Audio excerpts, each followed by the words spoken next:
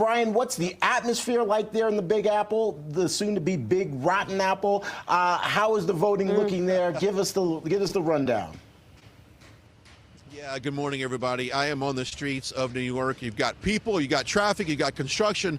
I feel like a New Yorker, plus you'll have David Zier coming up a little bit later in the hour. But as I went out for dinner last night, kind of doing a man on the street poll, asking people who they thought would win today, 100% I got Mondami on that. And of course, even getting that late endorsement yesterday for Cuomo from President Trump. And Cuomo saying, you know, that Mondami is not qualified to challenge Trump and thought that he was a better person that would be able to push back on Trump's policies. I thought it was very interesting that Trump actually endorsed Cuomo, but we'll find out if that is even anything that can move the needle in this election. But a lot is on the line. Of course, some say this would be good for a future governor race, so that if Mondami was to win the mayor here, that actually would, I guess, increase the odds of a Republican governor coming up, whoever that may be. But today is a big day. Already 5 times as many people have voted early voting for this election than the previous mayoral race.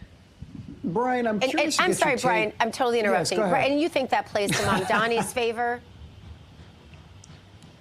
I think it does. I think it's David Zier, who is a New Yorker who knows far more about this race than I do. He says he thinks it's going to be just a landslide, Mondami, a landslide, basically.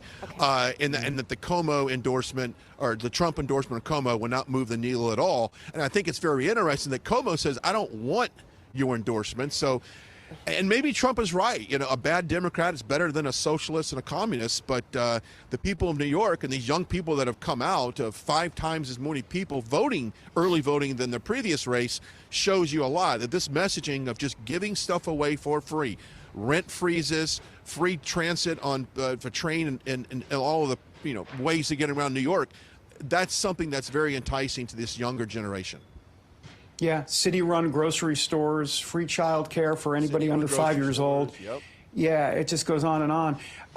Brian, let's go to this Just the News headline, switching topics to the government shutdown. It says the Trump administration is announcing partial funding for these SNAP benefits following the court order. So basically, they're going to fund half of the SNAP benefits through the end of the month. We understand there are going to be obviously some states that pick up the rest of it. So it looks like SNAP benefits will continue for a little bit. That's going to basically, once that money runs out, then it's done until the shutdown ends. My understanding this morning, we're hearing from Senator John Thune, the majority leader, that this shutdown actually could end. And it wouldn't surprise me if it ends in a couple days here after the elections. We understand there's some there's some Democrats now talking with Republicans about what this is going to take. It sounds to me like what's basically going to happen here, and you correct me if I'm wrong, but basically, the Democrats are going to be promised some sort of vote that they'll get once they agree to vote to reopen the government. And then at that point, there'll be some sort of vote. But that's about it. Bottom line is Democrats are going to cave here because Republicans are not going to do anything until the government reopens.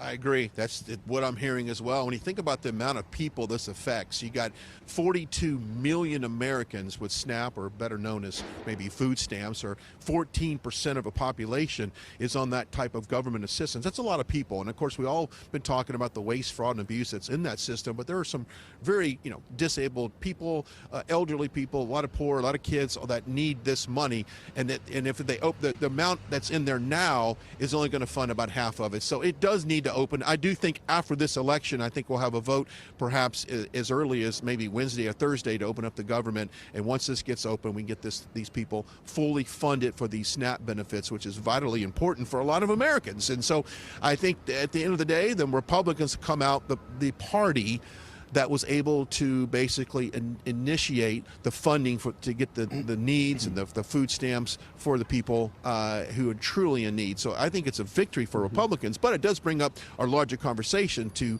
not only with the health care, we need to start getting some of that, get an off-ramp on the Obamacare, and that maybe starts the dialogue with that. But it's been a long shutdown. I think many Americans need it back open.